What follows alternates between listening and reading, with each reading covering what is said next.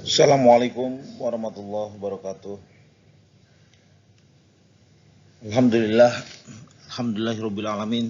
Nahmaduhu wa nasta'inuhu wa nastaghfiruhu wa na'udzu billahi min shururi anfusina min sayyiati a'malina may yahdihillahu fala mudilla lahu wa may yudlil fala hadiya lahu. Asyhadu an la ilaha illallah wa asyhadu anna Muhammadan abduhu wa rasuluhu alladzi la nabiyya ba'da. Yang kami hormati dan kami banggakan Bapak dosen pengampu, Bapak Profesor Muhammad Anton Atoila dan Bapak Dr. Setia Mulyawan. Begitu juga rekan-rekan seperjuangan yang insya Allah dirahmati Allah Subhanahu wa Ta'ala. Sedikit kami akan memaparkan terkait tugas UAS untuk kali ini dengan judul implementasi prinsip ekonomi syariah dalam mewujudkan kesejahteraan masyarakat melalui pembangunan berkelanjutan.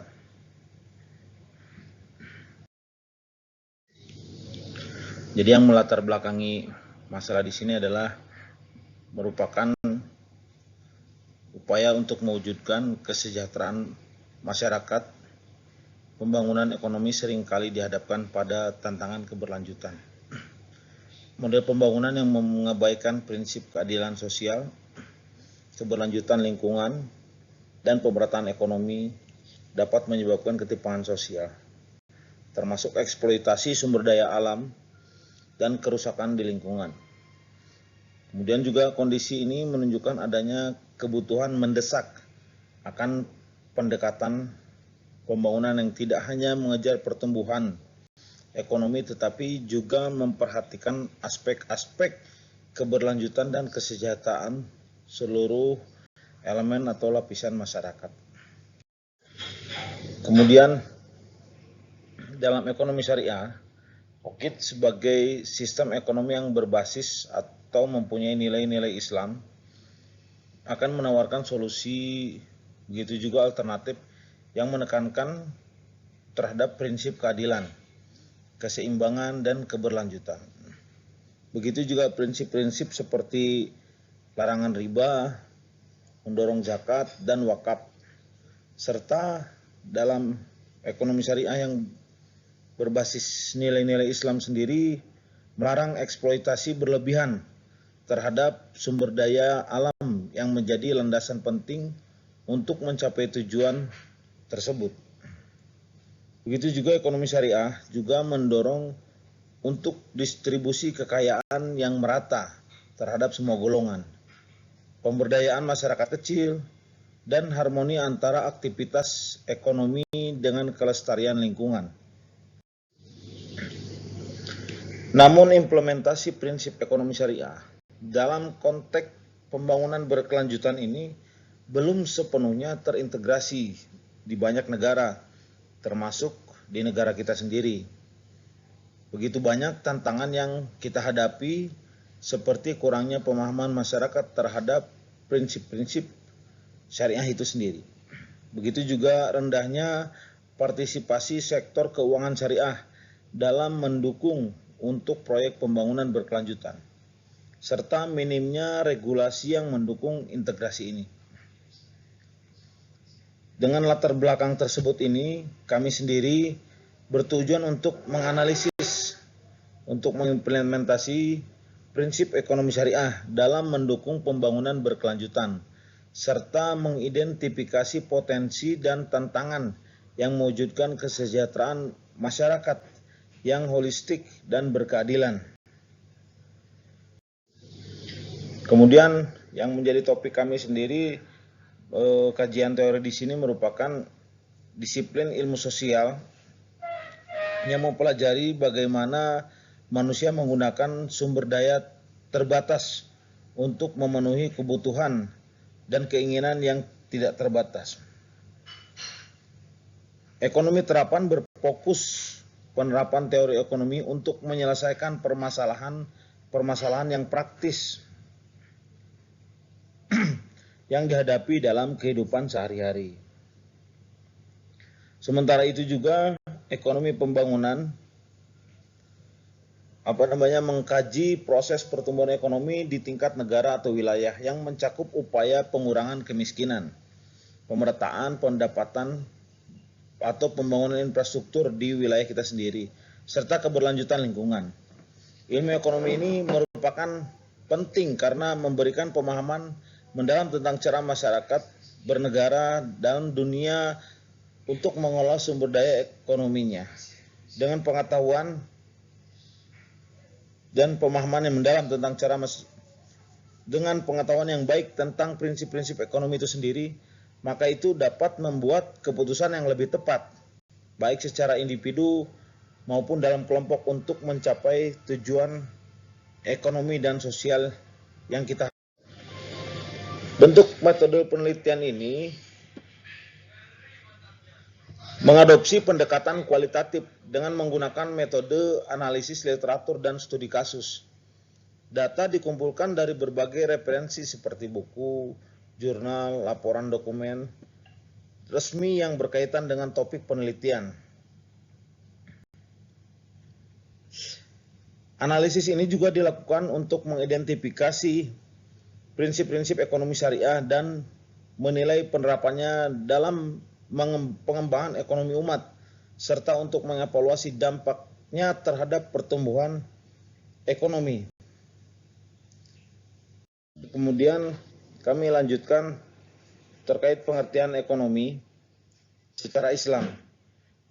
Jadi ekonomi Islam adalah suatu cabang ilmu pengetahuan yang berupaya untuk memandang, menganalisis, dan akhirnya menyelesaikan permasalahan-permasalahan ekonomi dengan cara-cara Islami, yaitu cara-cara yang didasarkan atas ajaran Islam yang berlandaskan dan sunnah. Kemudian sedikit kami paparkan terkait definisi ekonomi Islam, yang merupakan ilmu sosial yang mempelajari masalah ekonomi yang masyarakat yang diilhami oleh nilai-nilai Islam. Kemudian ekonomi Islam juga merupakan suatu upaya yang sistematik untuk memahami masalah ekonomi dan perilaku masyarakat dalam perspektif Islam. Khursyid Ahmad. Kemudian ekonomi Islam sendiri merupakan tanggapan para pemikir Muslim terdahulu atas berbagai tantangan-tantangan ekonomi. Dalam hal ini didasarkan pada hujah kita, yaitu Quran dan Sunnah, di samping alasan dan pengalaman tentunya. Kemudian ekonomi Islam itu sendiri juga merupakan ilmu dan penerapan hukum syariah yang melindungi ketidakadilan dalam kaitan dengan upaya pencapaian kesejahteraan manusia dan pelaksanaan kita kepada Allah Subhanahu wa taala. Kemudian salah satu tujuan ekonomi Islam pertama yang dari paper kami yaitu meningkatkan ekonomi supaya lebih makmur. Kemudian menciptakan ekonomi yang adil dan merata. Kemudian mewujudkan perekonomian yang stabil.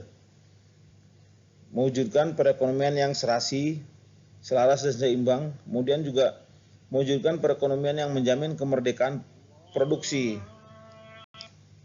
Kemudian menciptakan ekonomi umat yang mandiri. Kemudian lanjut ke prinsip dasar atau nilai-nilai dasar ekonomi Islam.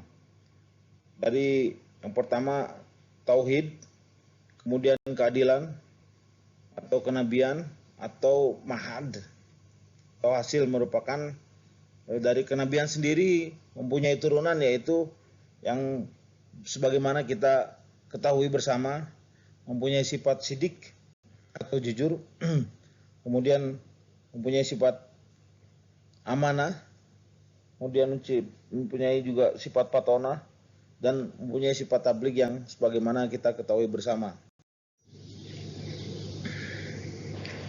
Kemudian ekonomi Islam dalam pengembangan ekonomi. Ekonomi syariah yang didasarkan pada ajaran agama Islam memiliki peran penting dalam perkembangan ekonomi umat di wilayah kita sendiri, khususnya di Indonesia sebagai negara dengan jumlah penduduk muslim terbesar di dunia. Begitu juga Indonesia memiliki potensi besar untuk menerapkan dan mengembangkan sistem ekonomi syariah yang dapat meningkatkan kesejahteraan masyarakat secara keseluruhan.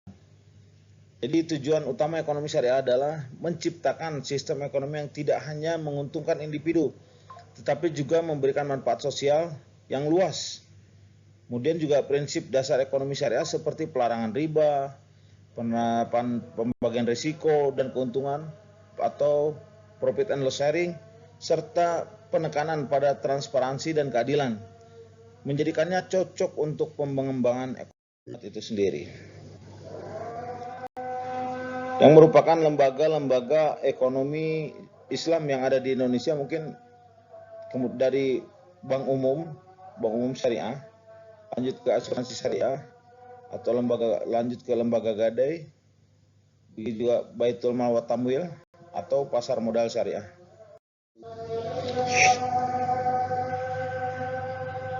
Merupakan pengertian bank syariah yang melaksanakan kegiatan secara konvensional atau berdasarkan prinsip usaha syariah yang dalam kegiatannya memberikan jasa dalam lalu lintas pembayaran. Itu merupakan pelaksanaan kegiatan usaha bank syariah. Kemudian prinsip-prinsip syariah sesuai dengan pasal 1 butir 13 Undang-Undang 10 tahun 98 merupakan aturan perjanjian berdasarkan hukum Islam antara bank dan pihak lain untuk penyimpanan dana atau pembiayaan kegiatan usaha atau kegiatan lainnya yang dinyatakan sesuai dengan prinsip syariah. Di mana 5 prinsip bank syariah, yang pertama mudharabah atau yang bagi hasil, prinsip penyertaan modal atau musyarakah, begitu juga prinsip jual beli barang dengan memperoleh keuntungan, itu murabahah, atau pembiayaan barang modal berdasarkan prinsip sewa murni tanpa pilihan, yaitu ijaroh. Kemudian juga pilihan pemindahan kepemilikan atas barang yang disewa dari pihak bank atau ke pihak lain, yaitu ijaroh atau waiting. Kemudian peran bank syariah sendiri berperan dalam menunjang pembangunan ekonomi bangsa Indonesia, terutama melalui upaya peningkatan peranan pengusaha muslim dalam perekonomian nasional dan bertindak sebagai katalisator atau sebagai pengemban lembaga-lembaga keuangan syariah yang ada di negara Indonesia. Salah satu fungsi bank syariah yang pertama, kalau kita dibikin skema seperti ini, pertama manajer investasi, bahwa bank syariah tersebut merupakan manajer investasi dari pemilik dana yang dihimpun karena besar kecilnya pendapatan atau bagi hasil yang diterima oleh pemilik dana yang dihimpun sangat bergantung kepada keahlian, kehati-hatian, dan profesionalisme dari bank syariah. Kemudian juga jasa keuangan merupakan bank Islam juga menawarkan berbagai jasa keuangan lainnya untuk memperoleh imbalan atas dasar agensi kontak atau sewa, meliputi letter of guarantee atau wire transfer atau letter of credit dan sebagainya. Kemudian juga investor, di mana yang sesuai dengan syariat tersebut meliputi akad murabahah atau sewa menyewa, musyarakah, mudharabah, akad saham atau istisna, pembentukan perusahaan atau akuisisi, pengendalian kepentingan lain dalam rangka mendirikan perusahaan, memperdagangkan produk dan investasi atau memperdagangkan saham yang diperjualbelikan. Begitu juga fungsi sosial merupakan konsep perbankan Islam mengharuskan bank-bank Islam sendiri memberikan pelayanan sosial apa yang melalui dana qard atau pinjaman kebajikan atau zakat dan dana sumbangan sesuai dengan prinsip agama Islam.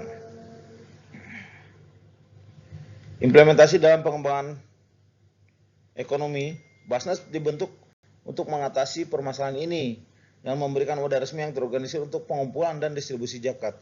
Jadi dengan adanya Basnas ini diharapkan dapat meningkatkan kepercayaan masyarakat dengan penerapan standar akuntabilitas dan transparansi yang tinggi.